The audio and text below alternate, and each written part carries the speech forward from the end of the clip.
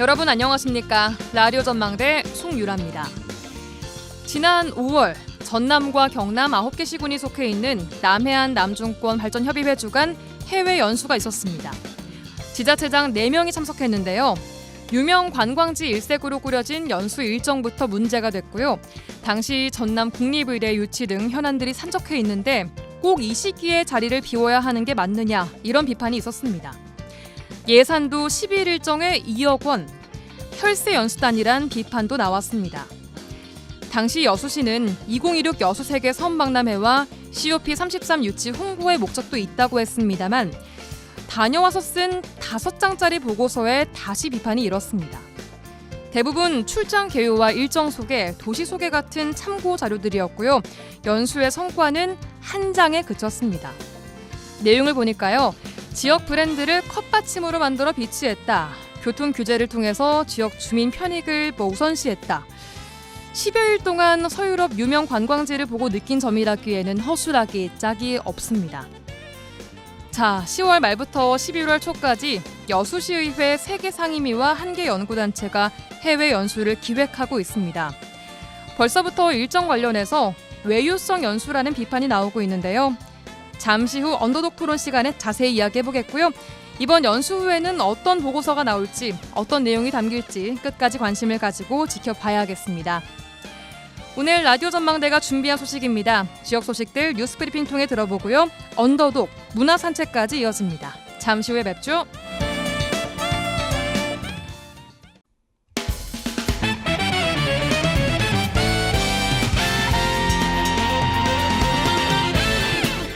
라디오 전망대 10월 20일 화요일 순서 출발합니다. 먼저 지역 뉴스부터 정리해보죠. 뉴스브리핑 빅터 뉴스 장봉현 기자 연결돼 있습니다. 안녕하세요. 네, 안녕하세요. 장봉현입니다.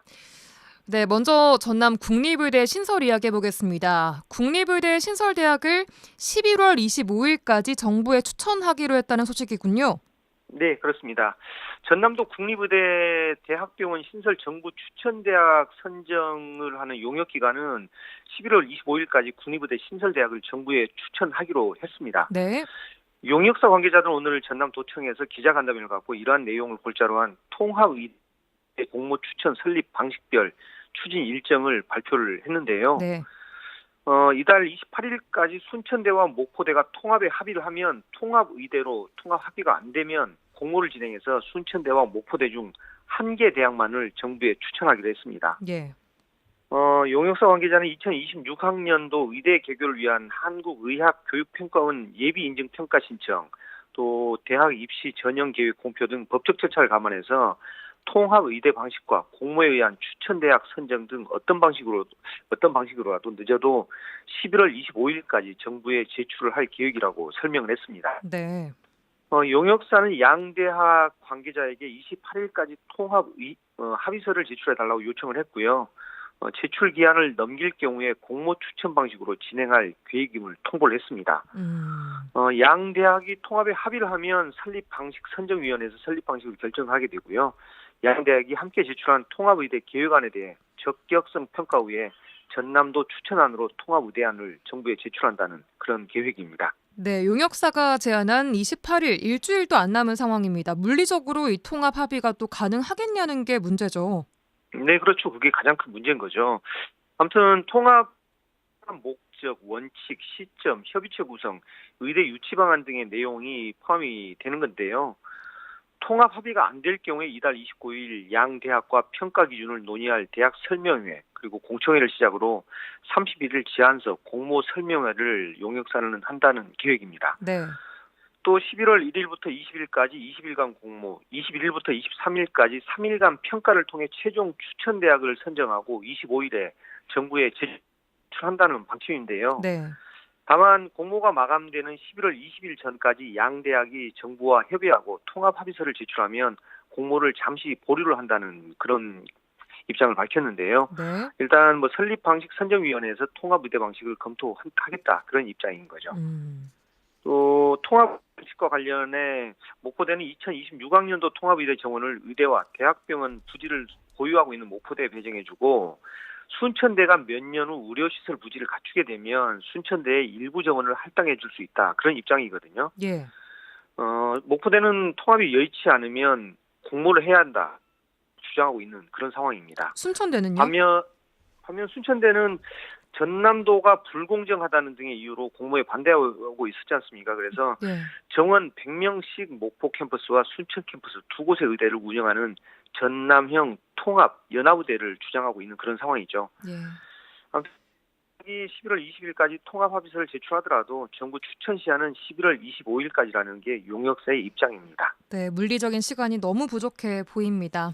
어떤 결정이 날지 좀 빨리 지켜봐야 될 것 같습니다. 다음 소식 만나보겠습니다. 광양 황금산단에 공사 중인 바이오매스 발전소에 참여한 하도급 업체가 기업 회생을 신청한 것으로 알려지면서 건설기계 업체들이 줄도산 위기에 처했다고요?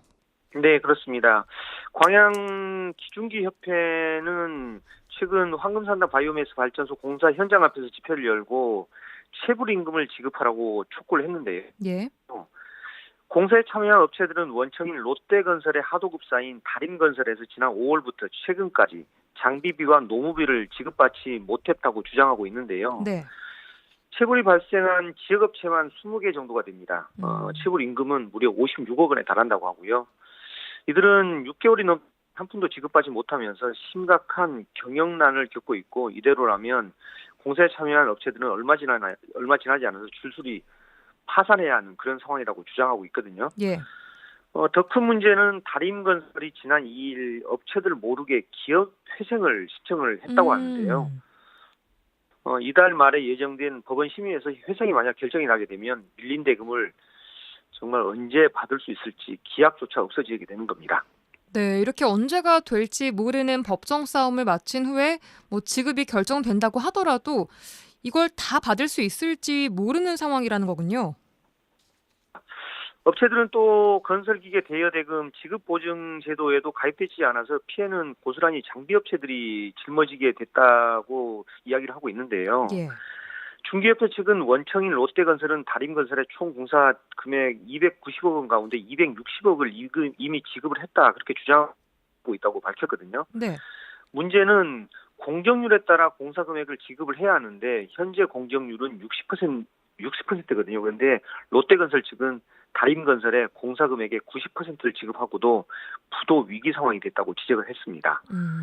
더욱이 롯데건설은 부도가 임박한 이 회사를 최우수 협력사로 선정을 했습니다. 그런 그래요. 상황에서 원청사인 롯데건설은 하도급사인 다림건설의 관리주체로서 모든 책임을 지고 조속히 체불 임금을 해결해 달라고 이 업체들은 지금 주장을 촉구를 하고 있는 거죠.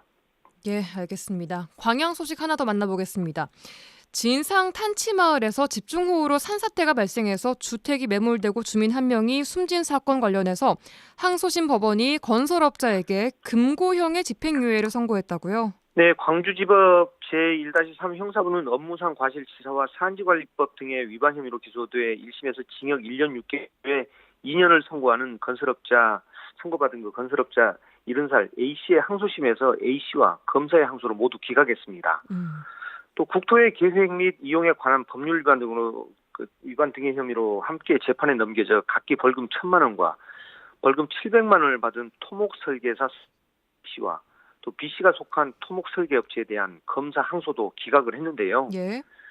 A씨는 2021년 7월 광양 진상면 탄치마을 인근 주택 공사 현장에서 가파른 마을 뒤편에 산봉우리를 깎고 석축을 쌓는 방법으로 토목공사를 진행을 했었습니다. 네.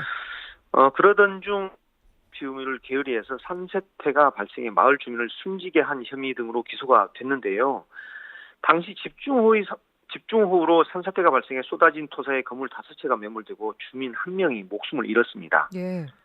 B씨 등은 A씨 업체 대신 산지 전용 허가 신청 과정에서 공사 현장의 평균 경사도 등을 조작을 했고요.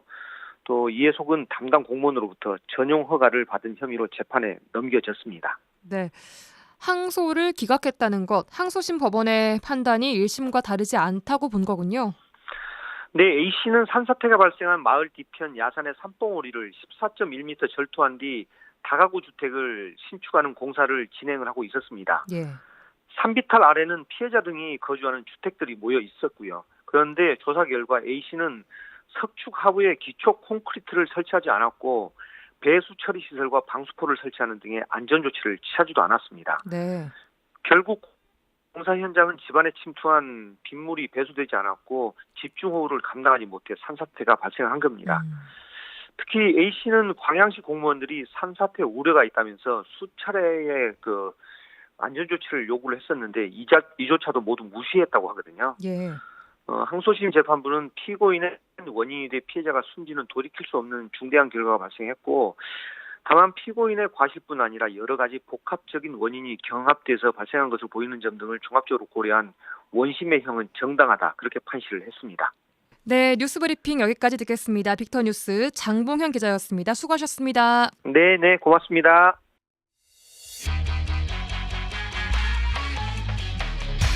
그들의 이야기가 수면 위로 올라옵니다. 탑독이 되는 그날까지 언더독 토론.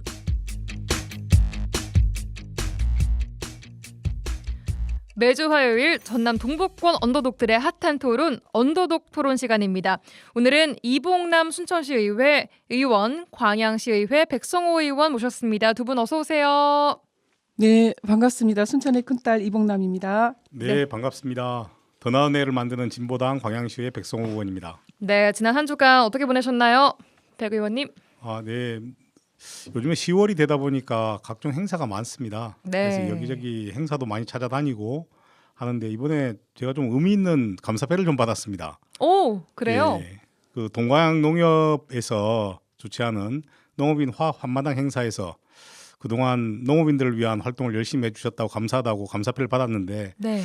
제가 좀 받으면서도 좀 송구스럽기는 했습니다. 예, 활동을 많이 못했는데 상을 받은 것 같아서 아마 지금까지 잘했다기보다는 앞으로 농업, 농촌, 농민을 위해서 더 열심히 의정 활동을 해달라는 의미에서 아마 주신 상이라 생각하고 앞으로 농민을 위한 의정 활동 열심히 하도록 하겠습니다. 다시 한번 축하드립니다. 아이고 감사합니다. 이 의원님 잘 보내셨나요? 한 주간? 네, 의원님 축하드립니다. 감사합니다. 저는 지금 계속 10월 회기 중이고요. 10월에 정말 문화 행사가 굉장히 많습니다. 지역에 크고 작은 마을 잔치들도 많고 이제 주말에 특히 이제 그 문화예술 행사들이 크고 작은 행사들이 많아서 발표의 성과를 이렇게 보여주는 이런 지금 행사를 많이 하고 있는데 예. 이게 면면이 보면 굉장히 중요하고 또 그분들은 이걸 발표하기 위해서 1년간 준비해가지고 심혈을 기울여서 하잖아요. 근데 굉장히 이제 좋은 것들이 많은데 이게 10월에 좀 집중이 좀 돼 있어요. 너무 많이 집중이 되어 있다 보니까 정말 가서 좀 느끼고 좀 보고 싶고 그러는데 겹치다 보니까 못 가는 경우들이 굉장히 많거든요. 예, 그래서 예. 이 부분을 어떻게 좀 조정할 수 있을까? 분산시켰으면 좋겠다. 좀 분산시켰으면 좋겠다라는 생각이 좀 들면서 예. 그래야만이 또 시민들도 좀 이렇게 더 다양하게, 다양하게 참여를 예. 할 수 있지 않을까 해서 그 생각을 좀 했습니다. 좋습니다. 자, 바로 주제 토크 들어가 보도록 하겠습니다. 먼저 저희가 준비한 주제입니다. 지방의원 해외 연수 무엇이 문제인가가 주제인데요. 자, 여수시의회가 공무국외 출장 이른바 해외 연수 일정을 확정 지었습니다. 이달 말부터 다음 달 초까지인데 세계 상임위의 한 개 연구단체 거기다 수행 인원까지 총 45명 규모입니다. 자, 여수시의회 해외 연수 시민 여론은 굉장히 싸늘합니다. 자, 먼저 외유성 논란입니다. 북유럽과 동유럽 3국을 비롯해서 이탈리아, 인도네시아 발리, 싱가포르의 선진지 견학과 역량 강화라는 목적이지만 일정은 이름만 대면 알 수 있는 관광지로 꽉꽉 채워져 있습니다. 먼저 백성호 의원님, 이 일정 한번 보셨어요? 어떠시던가요? 네, 일정을 여수시의회 홈페이지에 들어가니까 출장 계획서가 다 나와 있어서 자세하게 좀 읽어봤습니다. 예.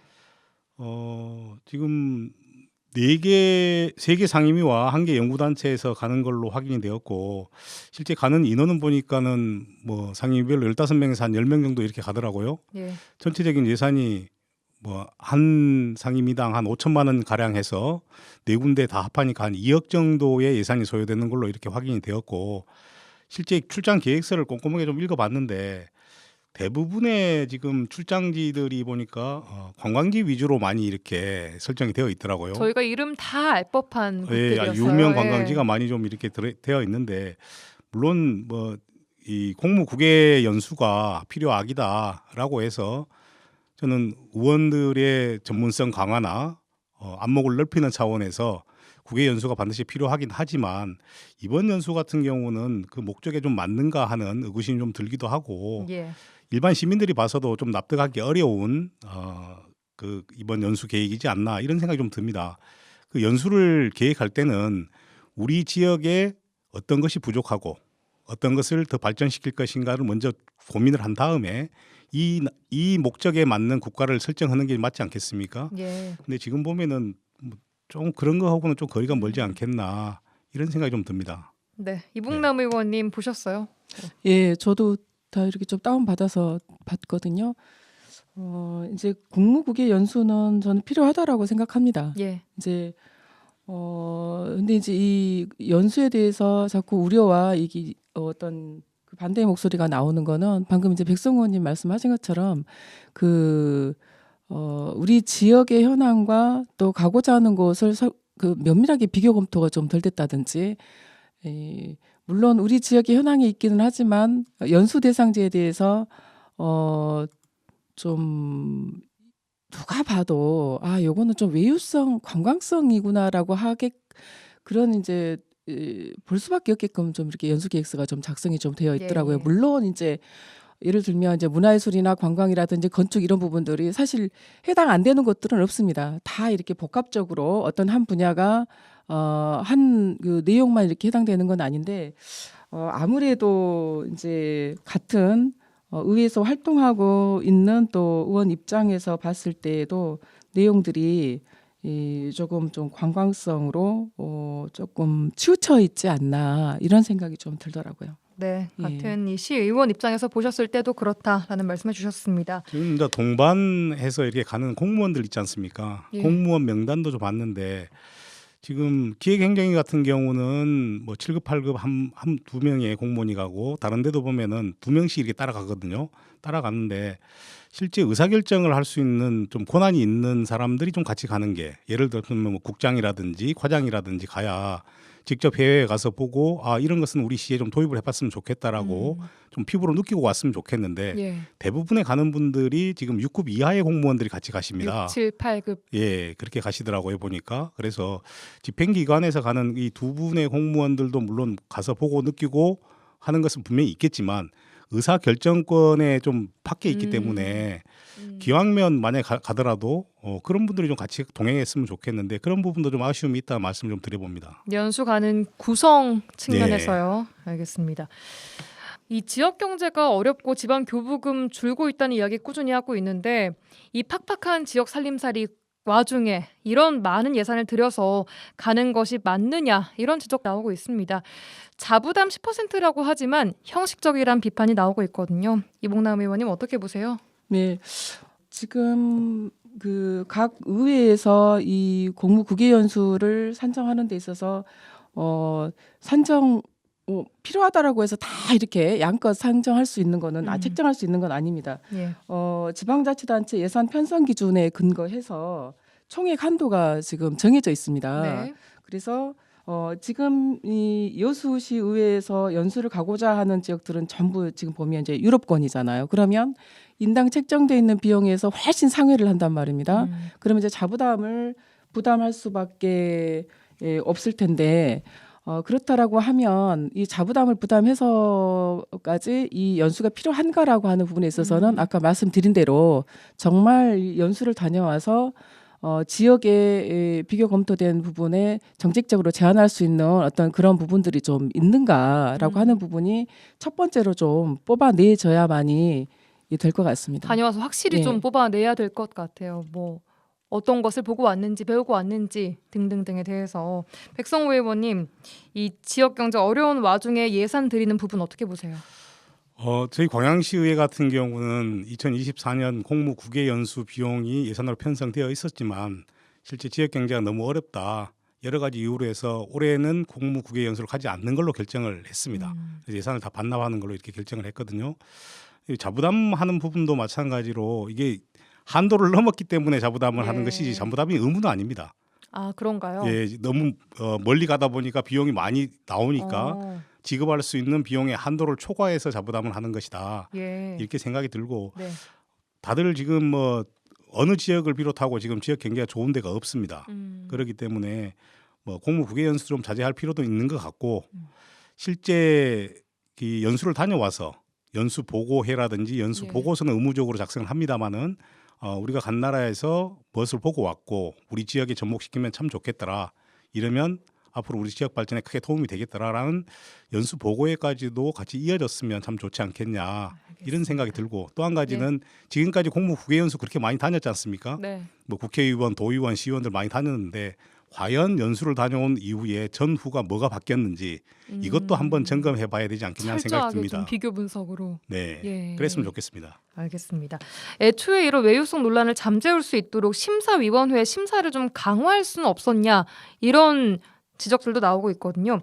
심사위원회 구성에 문제가 있다는 지적 어떻게 보시나요, 백성호 의원님? 심사위원회 같은 경우는 뭐 의회마다 규칙을 정해서 지금 심사위원들을 구성하고 있는데 보통 대부분은 다 민간위원으로 구성을 합니다. 하지만 위촉 자체를 지금 의장이 위촉하기 때문에 그 의회에서 어떤 연수 계획서를 세워가지고 심사위원회에다가 심사를 하는 경우에 네. 의장이 위촉한 심사위원들 입장에서 보면 이걸 반대하기가 굉장히 어렵죠, 구조적으로. 그렇기 때문에 네. 웬만하면은 뭐 통과되지 않겠냐 이렇게 생각이 듭니다. 그래서 심사위원회를 뭐 외부 기관에 위탁을 한다든지는 모르겠지만 자체 내에서 구성된 심사위원들이 심사하는 것과 관련해서는 거의 뭐 고양이한테 생선을 맡기는 격하고 별반 다르지 않다. 맞습니다. 네, 이렇게 생각이 듭니다. 순천 같은 경우는 출국 30일 전에 출장 계획서를 제출하게 돼 있어요. 조례가. 그리고 이제 다녀와서는 이 조례에 의해서 전부 출장 보고도 하고 전부 결과 보고서도 이렇게 다 이렇게 작성해서 제출하게 되어 있기는 한데 조금 일찍 준비를 좀 해야 되지 않겠는가 싶습니다. 시기적으로? 예, 시기적으로 출국 30일 전이면 이제 물론 이제 요거는 자체 의회에서 이걸 개정을 좀 해야 될 사항이긴 합니다만은 좀 더 일찍 좀 준비를 해야 될 필요가 있다라고 좀 보여지고 의회에서도 어떤 이 공무 출장 계획 여비가 필요하다라고 하더라도 이걸 무작정 그 예산을 세울 것이 아니라 네. 정말 내년도에 어떤 목적을 가지고 어떤 내용으로 연수가 필요한가라고 하는 부분이 좀 사전에 어떤 그 비용 추계라든지 이런 방향을 좀 정한 상태에서 예산을 세울 필요가 있다 이렇게 좀 보여집니다. 네, 알겠습니다. 오늘 저희가 준비한 주제는 여기까지 듣고요. 광고 듣고 와서 두 분 의원님께서 준비한 주제로 돌아오겠습니다.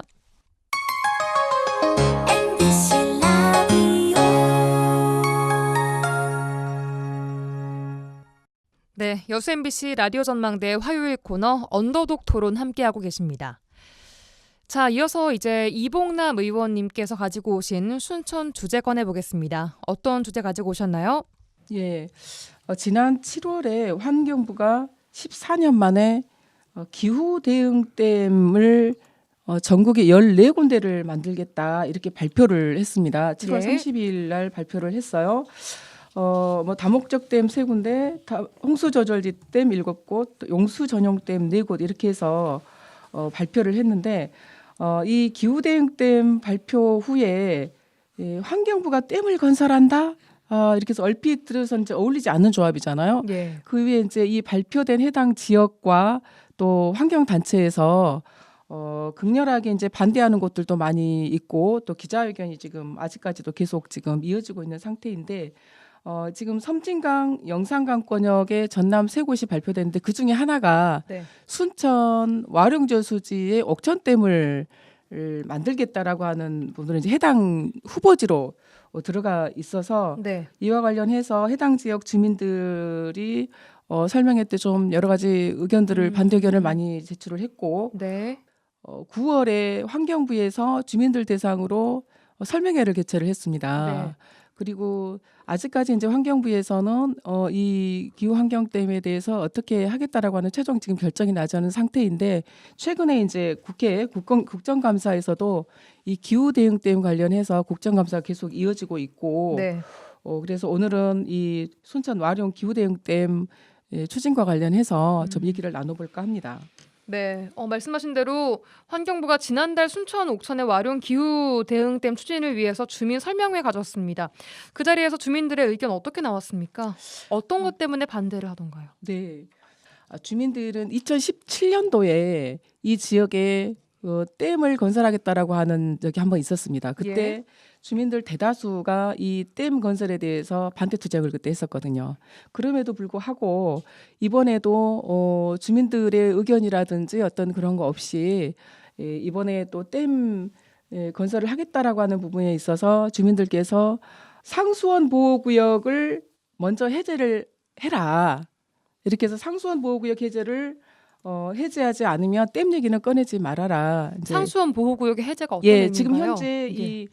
이 옥천댐을 만들려고 하는 이 지역이 와룡 상수원 보호구역입니다. 그래서 이 댐을 건설하려고 하는 이 주변 지역이 상수원 보호구역이기 때문에 보호구역이에요. 네, 그러니까. 상수원 예. 보호구역에 거주하고 있는 주민들이 여러 가지 재산권 제약이라든지 행위 제한 관련해서 굉장히 어려움이 많고 불편 사항이 많고 네. 또 그동안에 이 생활 관련해서 생존과 관련된 여러 가지 불편들이 많았기 때문에 네. 자, 이런 의견들이 주민 설명회 때 굉장히 좀 나왔어요. 많이 나왔고 이번 기후대응댐 건설과 관련해서 주민들을 다시 한번 애로사항에 대해서 예. 좀 느끼게 되는 이런 계기가 좀 된 것 같습니다. 알겠습니다. 말씀하신 대로 이번 국감에서도 이 이야기 나왔습니다. 야당에서는 4대강 사업 2탄이다, 막대한 토건 사업이다라고 지적을 했고 김한선 환경부 장관은 사퇴까지 거론하면서 야당의 지적에 맞섰는데 정부와 국회 차원의 논의는 앞으로 어떻게 될 거라고 보세요? 지금 환경부에서는 주민들이 찬성하지 않는 이런 지역은 계속적으로 소통을 좀 하겠다라는 이런 입장인 것 같습니다. 소통하겠다? 예, 예. 그리고 연말에 수자원관리위원회에서 이 기후 대응댐을 어떻게 할 것인가 대해서 지금 결정을 한다라고 하거든요. 그럼에도 불구하고 이 기후 대응댐 건설 관련해서 여러 가지 환경적인 부분이라든지 이런 부분들이 구체적인 어떤 계획을 가지고 추진된 네. 거는 아니라고 보여지기 때문에 네네. 이번 국정감사의 어떤 이런 지적과 내용들이 굉장히 앞으로 그 댐 계획을 정하는 데 있어서 큰 영향을 미치지 않을까 생각합니다. 알겠습니다. 백성호 의원님, 이 지역에서 기후 대응 댐 추진 관련해서 어떤 논의 또 공론화 과정이 필요하다고 보세요?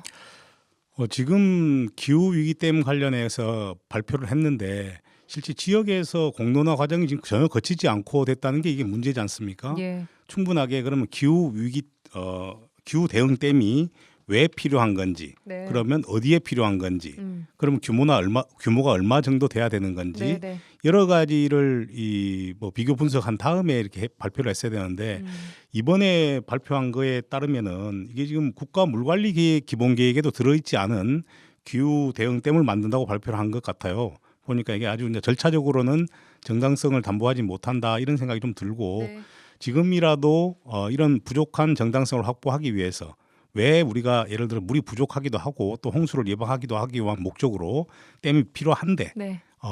어느 지역에 했으면 좋겠냐 뭐 이런 것부터 다시 한번 철저하게 다시 검증하는 시간이 좀 필요하지 않겠냐 싶은 생각이 듭니다. 알겠습니다. 이봉남 의원님 짧게 마무리해 주시죠. 예. 일단 시에서는 주민들이 상수원 보호구역 해제를 먼저 주장을 하고 있기 때문에 주민들 의견을 그대로 받아서 네. 환경부에 또 제출하고 제안을 하겠다라고 이제 했기 때문에 그리고 알겠습니다. 상수원 보호구역에 대한 어려움이라든지 이런 부분도 함께 챙겨보겠다라고 이제 약속을 했기 때문에 이후에 그 약속들을 또 거치는 절차들이 좀 필요하지 않을까 싶습니다. 네, 알겠습니다. 이쯤 이봉남 의원님이 가지고 오신 주제 마무리하고요. 자, 다음은 백성호 의원님이 가지고 오신 주제 꺼내보겠습니다. 어떤 주제인가요? 네. 제가 방송하면서 전세 사기 피해자와 관련해서 방송을 많이 했는데 한 번씩 언급을 했지 않습니까? 근데 오늘은 아예 주제로 한번 정해봤습니다. 저희들 광양시의 전세 사기 피해자 실질적인 지원을 좀 해줘야 되는데 이게 지금 실질적 지원도 안 되고 있고 지금 수년 전부터 저희 광양시 같은 경우는 대규모 전세 사기 피해가 예상되던 지역이었고 네. 실제로 피해자도 가장 많았습니다. 근데 이런 원인에는 보면은 깡통 전세가 계속 확산되고 있었고 또 중개하시는 분들 이분들이 보면은 좀 책임감이 없이 중개하는 그런 부분도 없잖아 있었고 또 그리고 임차인들 입장에서는 이 부동산 매물에 대한 정보가 제대로 알지 못하는 상태에서 하다 보니까 이 문제가 많이 발생을 했습니다. 네. 그래서 지금 현재 대부분의 피해자들을 보면은 한 30대, 40대 정도 되는 분들이 거의 대부분을 차지하고 있고 그 중에는 신혼부부나 청년이나 이런 분들이 대부분 많습니다. 그래서 삶의 보금자리를 잃어버리고 지금 굉장히 허탈감을 느끼고 있는 이분들에게 어떻게 하면은 다시 삶의 의욕을 가져다 줄 것인가를 네. 고민하기 위해서 오늘 주제로 한번 정해봤습니다. 네, 간담회가 최근 있었다고요. 광양 네. 지역 전세 사기 피해 규모부터 피해 내용까지 직접 들으셨을 텐데 어떤 이야기 오갔습니까? 저희 광양시 의회에서는 전세 사기 피해를 입은 시민들에게 실질적인 지원을 좀 해보자라는 취지에서 대책위원회를 특별위원회를 구성을 했습니다. 네. 구성을 했고 전세 사기 피해를 입은 시민들하고의 간담회를 진행을 했습니다. 그 자리에서 여러 가지 의견들이 많이 나왔는데 특히나 뭐 중요하게 이제 요구했던 거 한 서너 가지 말씀을 드리자면은 네. 우리가 정보가 많이 부족하고 또 전세 사기 피해를 당했을 때 어떻게 대처하기가 굉장히 어렵기 때문에 시에서 원스톱 지원센터를 만들어줬으면 좋겠다. 그래서 여기만 가면은 법률 상담부터 뭐 피해를 받았을 때 어떻게 피해자로 인정을 받을 건지 신청하는 여러 거나 상담도 해주고. 네, 네. 상담도 해주고 뭐 심리 상담이나 법무사나 공인중개사 이런 분들로 구성된 원스톱 지원센터가 있었으면 좋겠다는 의견이 있으셨고 네. 그리고 전세 사기 피해자들에게 다른 자치단체에서는 보면 그 월세나 대출 이자 지원 사업을 하고 있습니다. 그래서 우리 광양시 같은 경우도 전세 사기 피해자로 인정받은 시민들께 이런 다른 자치단체의 우수 사례를 같이 좀 지원해줬으면 좋겠다. 그리고 앞서 말씀드렸던 것처럼 부동산 중개업을 하시는 분들이 네. 정확하게 이렇게 정보를 제공해 줄 수 있도록 부동산 중개업소에 대한 지도 점검을 강화했으면 좋겠다 등 여러 가지 그 좋은 정도. 의견들이 많이 나왔습니다. 알겠습니다. 이번 국감에서도 이 허그의 악성 임대인 전세 보증 발급에 대한 문제가 지적됐는데 전세 사기 피해를 더 양산했다는 건데요. 광양 지역 사례 중에도 이런 사례들이 있습니까? 네, 뭐 저희 지역에도 뭐 피해갈 수가 없는 것 같고 최근에 구속되신 분 같은 경우도 뭐 한 200여 채 가지고 있는 분이 계시는데 네. 100여 세대에 예를 들어서 피해를 입혔는데 나머지 또 세대 같은 경우는 아직 뭐 계약이 종료가 되지 않아서 현재 피해자로 인정은 받지 못했지만 시간이 지나면 피해자가 될 가능성이 뭐 거의 100%라고 봐도 무방할 것 같고 네. 그 중에서도 보면 허그가 대신 갚아준 건수가 또 3건 이상 되고 네. 파악된 걸로만 그렇지 지금 파악해보면 더 많은 아마 경우가 있지 않을까 이렇게 생각이 듭니다. 알겠습니다. 이런 대책에 대한 논의는 또 어떻게 이어졌는지도 궁금하거든요. 지난번에 저희 이제 특별위원회는 7명의 의원으로 구성되어 있고 그분들에게 피해 사례도 유형별로 좀 듣고 유형별로 그 피해 사례와 어떻게 맞춤형으로 지원할 것인가도 좀 고민을 했었고요. 네. 제가 이번에 회기 동안에 시정 질문이 있었습니다. 예. 그래서 전세 사기 피해자들하고 간담회 과정에서 나왔던 의견들을 시장에게 직접 물었습니다. 이러이러한 것들을 해줬으면 좋겠다라고 전세 사기 피해자분들이 요구하더라. 네. 그래서 우리 시에서 이것을 하면 어떻겠냐라고 이렇게 물어봤었는데 시장님께서는 좀 소극적으로 답변을 오. 하셨습니다. 광양시장님께서요. 예, 그래서 조금 이제 그때 방청을 하고 계신 전세 사기 피해자들이 2차 가해를 당하지는 않았을까 또 더 큰 상심을 하고 가지 않았을까 이런 좀 걱정은 좀 되긴 하는데 뒤에 다시 만났더니만 그래도 용기 가지고 열심히 하시겠다 또 이렇게 말씀해 주셨고요. 특히나 이번 시정질문 과정에서 우리가 이 특별법 내용에 보면 이런 네. 게 있습니다. 국가 및 지방자치단체는 다음 각호의 보호 대책을 수립하여야 한다라고 강행 규정으로 되어 있거든요. 네. 그 내용 중에 보면 전세 사기 피해 주택의 매입 대책이나 전세 사기 피해자 등에 대한 금융 지원 대책이나 주거 지원 대책을 수립해야 한다라는 법적 규정이 있습니다. 네. 예, 그럼에도 불구하고 그 대책을 수립했냐고 제가 질문을 했었는데 현재는 수립이 안 돼 있습니다. 대책이 수립이 1년 한 4개월 정도 지났는데 알겠습니다. 대책 수립 안 되어 있고 왜 대책을 수립 안 했냐고 제가 따져 물었는데 네. 좀 황당한 답변이 좀 어떤 돌아왔습니다. 답변이었나요? 그 법적 근거는 선언적 의미다. 선언적 의미요. 선언적 의미지 실제 지방자치단체가 하기가 좀 어렵다. 어... 물론 이 중에 보면은 전세 사기 피해 주택의 매입 대책과 관련해서 수립하기는 현실적으로 상당히 어려운 지점은 있긴 합니다. 네, 그렇다고 해서 대책까지 수립하지 말라는 얘기는 아니거든요. 알겠습니다. 그래서 이 부분에 대해서는 좀 선언적 의미라는 표현을 하셔서 굉장히 좀 실망스러웠습니다. 그렇겠습니다. 보니까 자, 순천에서도 대규모 전세 사기 사건들이 있어 왔는데 이봉남 의원님, 지원이나 이런 한계, 대응책도 어떻게 생각하세요? 네, 뭐 그 전세 사기 피해가 사실 전국적으로 지금 많지 않습니까? 순천에서도 한 170여 건이 넘게 접수가 좀 됐고요. 네. 한 95건 정도 이제 피해자 결정 통보가 됐습니다. 이제 8월 말 기준인데요. 그리고 이제 이러다 보니까 이제 시의회에서도 전세 사기 피해자 지원에 관한 조례를 전반기 때 좀 제정을 했고, 네. 그리고 이제 관계자들하고도 좀 간담회도 좀 가졌는데요. 그래서 그 이후에 이제 결정된 전세 사기 피해 결정된 피해자분들에게 이사비 지원이라든지, 예, 물론 이제 전라남도 또 연계해가지고 무료 법률 상담도 지금 하고 있고요. 전세 사기 피해자분들에게 지방세 감면 지원과 또 전세 보증금 반환 보증 보증료 지원을 지금 좀 하고 있습니다. 그리고 이제 긴급복지 지원이나 전세 사기 피해자 생활안정자금 지원도 지금 계속적으로 지금 하고 있는데, 네. 아무래도 우리 이제 광양시 의회에서 이 특별위원회를 구성해서 한 것처럼 이 부분을 계속 좀 관심을 갖고 지속적으로 해야만이 전세 사기 피해 대책을 좀 집중적으로 할 수 있겠다 싶습니다. 네. 그래서 현재 좀 피해를 받고 있는 주민들께도 더 이렇게 좀 빠르게 지원과 좀 대책이 이루어져야 되지 않을까 싶습니다. 네, 백 의원님 마지막으로 짧게 이 광양 지역의 지금 지원 환경 정리해 주시죠. 네. 현재는 다른 자치단체보다 뭐 자랑할 만큼 뭐 특별하게 지원하는 건 없어서 다른 자치단체도 보면 우수 사례가 많이 있기 때문에 네. 특히나 뭐 대전이나 부산 쪽에서는 피해 보신 분들에게 전세 대출에 대한 이자 지원 아니면 월세 지원을 월 40만 원씩 2년 한도로 지금 지원해주고 있습니다. 네. 그래서 우리 광양시나 여수 순천에서도 이런 지원을 좀 해줬으면 좋겠다 싶고, 마지막으로 한 가지 덧붙일 말씀은 전세 사기 피해로 삶의 의지를 지금 굉장히 많이 잃어버린 분들이거든요. 네. 그렇기 때문에 이분들이 용기를 가지고 다시 살아갈 수 있도록 우리 사회가 같이 좀 보듬어 안아주고 지원해줬으면 좋겠다는 말씀 드립니다. 알겠습니다. 자, 오늘 언도독 토론 두 분, 이봉남 순천시 의원, 광양시 의회 백성호 의원 두 분과 함께 이야기 나눠봤습니다. 두 분 감사합니다. 네, 감사합니다. 감사합니다. 라디오 전망대 문화 산책. 네, 지역의 문화 소식과 우리 지역에서 활동하는 분들 만나보는 문화 산책 시간입니다. 김지연 리포터와 함께합니다. 안녕하세요. 안녕하세요.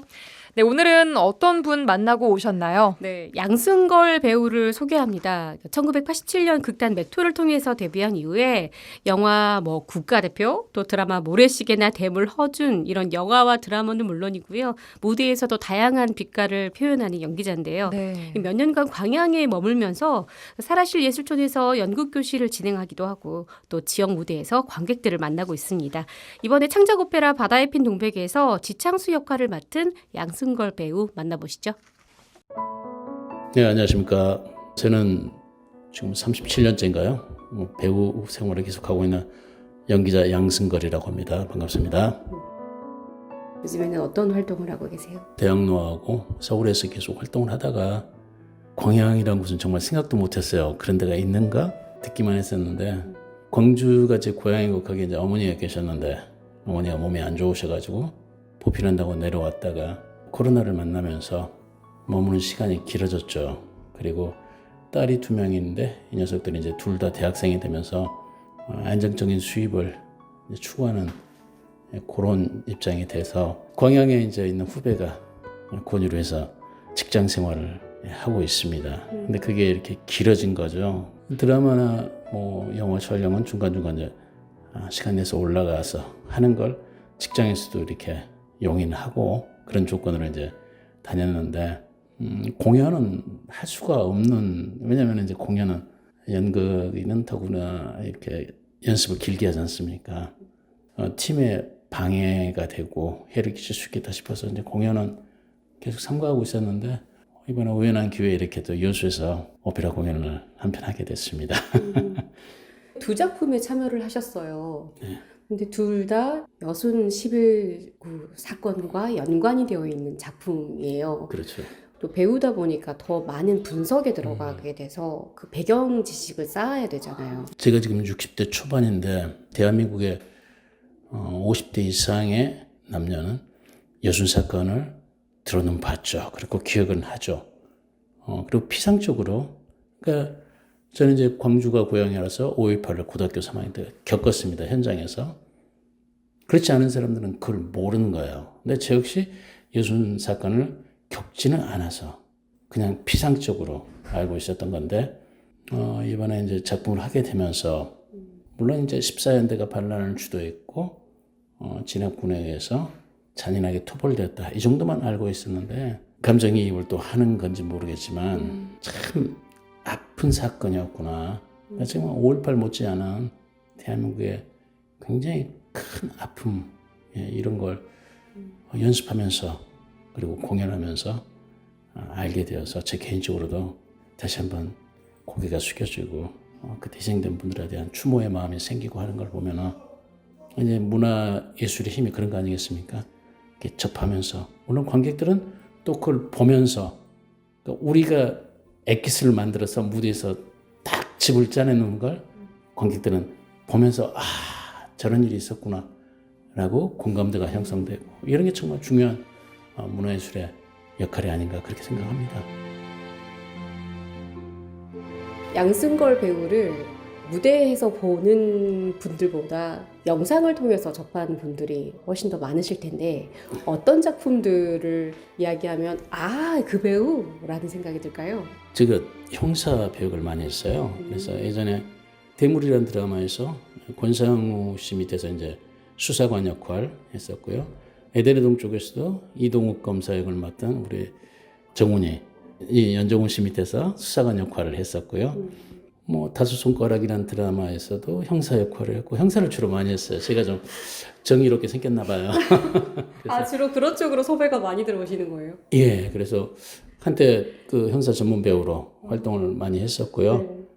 그리고 실제로 주야벌이라는 그 법정 드라마에서 형사 반장 역을, 원래 형사 반장은 고정이 아니거든요. 매번 사건이 바뀌니까 그 바뀐 사건마다 다 형사가 같으면 개연성이 떨어지잖아요. 그래서 할 때마다 형사 반장이 바뀌었었는데, 제가 한번 딱 맡은 뒤로는 형사 반장이 고정이 돼 버렸습니다. 그래서 한 1년 반 동안 형사 반장 역할을 했죠. 어떻게 하다가 난 정말 배우를 해야겠다, 난 정말 연기를 해야겠다. 저는 광주에서 초등학교 4학년 때 동국반에 들어갔는데, 선생님이 이렇게 대본을 읽어보라. 그리고 4학년 때부터 국어책에 희곡이 하나씩 실렸어요. 다른 아이들은 읽어보라 하면은 뭐 아니 오리 다리 하나가 어디 갔느냐 뭐 이런 식으로 읽는데, 저는 이제 아니 오리가 아니라 거위네요. 거위 다리 하나가 어디 갔느냐 이렇게 읽으니까 선생님이 깜놀하는 거예요. 그러면서 앞으로 희곡은 네가 다 읽어라 그랬는데, 이제 학교에서 정작 학예회를 하면 제가 주인공을 못 맡았어요. 왜냐면 이제 그 학교가 살이 바뀌고, 그래서 저는 동네 아이 3, 동네 구멍가게 주인 이런 걸 맡다가 6학년 때, 그러니까 지금 생각하면 정규조 선생님이었던 것 같아요. 동국부 담당 선생님이 바뀌었는데, 초등학교 연극 사상 초유의 3인극을 한 거예요. 10명, 15명 애들 규모에 맞춰서 없는 배우 만들기도 하고 이제 그러잖아요. 근데 3인극을 한 거예요. 선생님들끼리 난리가 났겠죠. 아니 어떻게 하는데, 강단 있게 3인극을 딱 밀고 나갔는데 거기서 남자 주인공을 제가 한 거예요. 와. 공연날 나비를 따라간 소년이라는 작품인데, 폐병으로 죽어가는 아이예요. 문학도예요. 여자친구하고 누나하고, 누나가 출판사 다니면서 내 약값을 대고 있어요. 3명 나오는 연극인데 엔딩 때 이제 영수가 죽어요. 죽을 때 객석에서 난리가 나버렸어요. 선생님들이 그냥 진짜 그냥 꺽꺽 우는 이런 울음소리가 나면서 애들도 막 으앙 울고, 제가 죽는 순간에 눈을 딱 감는데 눈에 가득 고였던 눈물이 눈을 감으니까 옆으로 쫙 흘렀는데, 그 순간 저는 눈을 감으면서 그 생각을 했어요. 박소리랑 그 선생님들의 오열 소리 그걸 들으면서 나는 배우를 해야겠다 커서 그 연극 무대와 또 카메라 앞에서 촬영하는 것과 어떤 차이점들이 있고 어떤 재미가 있으세요? 두드러지는 차이점은 사람을 대한다는 것과 무대에서는 사람을 대하죠. 근데 카메라를 대해야 한다는 거 촬영할 때는 그러니까 그 차이점만 본인이 빨리 인식을 하면은 쉽게 적응을 할 수 있어요. 그리고 예전에야 무대 연기하고 카메라 연기를 구분져서 배우고 했었지만 지금은 그걸 가름하지 않아요. 대극장에서 마이크 없이 할 때 발성이 계속 거라 이런 식으로 했었죠. 근데 지금은 그렇게 안 하잖아요. 대극장에서도 와이어리스를 차고 그러니까 계속 거라 이렇게도 다 들리고 카메라 앞에서도 마찬가지예요. 그러니까 큰 차이점은 없지만 상대가 다른 거죠. 그러니까 사람과 기계 차이. 그걸 어떻게 뭐 설명할 수는 없고 저는 일반적으로 많은 배우들이 카메라를 두려워하는 어떤 그 카메라 캡처인데 저는 오히려 무대에서 사람과의 대화가 오히려 더 유중하게 느껴지는 그런 스타일입니다. 지역에서 이제 활동을 계속 하고 계시잖아요. 예. 또 다른 면들이 보일 것 같아요. 전남이든 뭐 경상도든 제주도든 뭐 연기자는 어디서나 어떤 자기의 역할과 전체에서의 자기를 잘 녹여내는 어떤 그걸 하는 게 배우의 이 길이고요. 어차피 연극이라는 작업은 이 인간적인 교류가 소통이 되지 않고서는 배우 간에 소통이 안 되는데 어떻게 관객들한테 교감을 할 수가 있겠습니까? 그건 아니죠. 그러니까 배우들과의 그런 교류가 굉장히 중요하고 소통이 중요하다고 그렇게 생각을 합니다. 뒤돌아봤을 때 후회스럽지 않은 배우가 되고 싶어요. 항상 한 조각 후회가 남고 무대에 돌아보면은 좀 더 열심히 하지 못한 이런 아쉬움이 남고 하는데 그리고 배우들한테도 좀 더 따뜻하게 해줄 걸 뭐 이런 아쉬움 그런 것들을 하나씩 감해가면서 저는 뭐 죽을 때까지 배우를 하고 싶어요. 그래서 이렇게 다다라서 돌아봤을 때 참 내가 후회 없이 배우 생활을 했구나. 어떻게 보면 연역적인 게 아니라 귀납적인 그런 생활을 하고 싶어요. 배우로서 남고 싶습니다. 고맙습니다.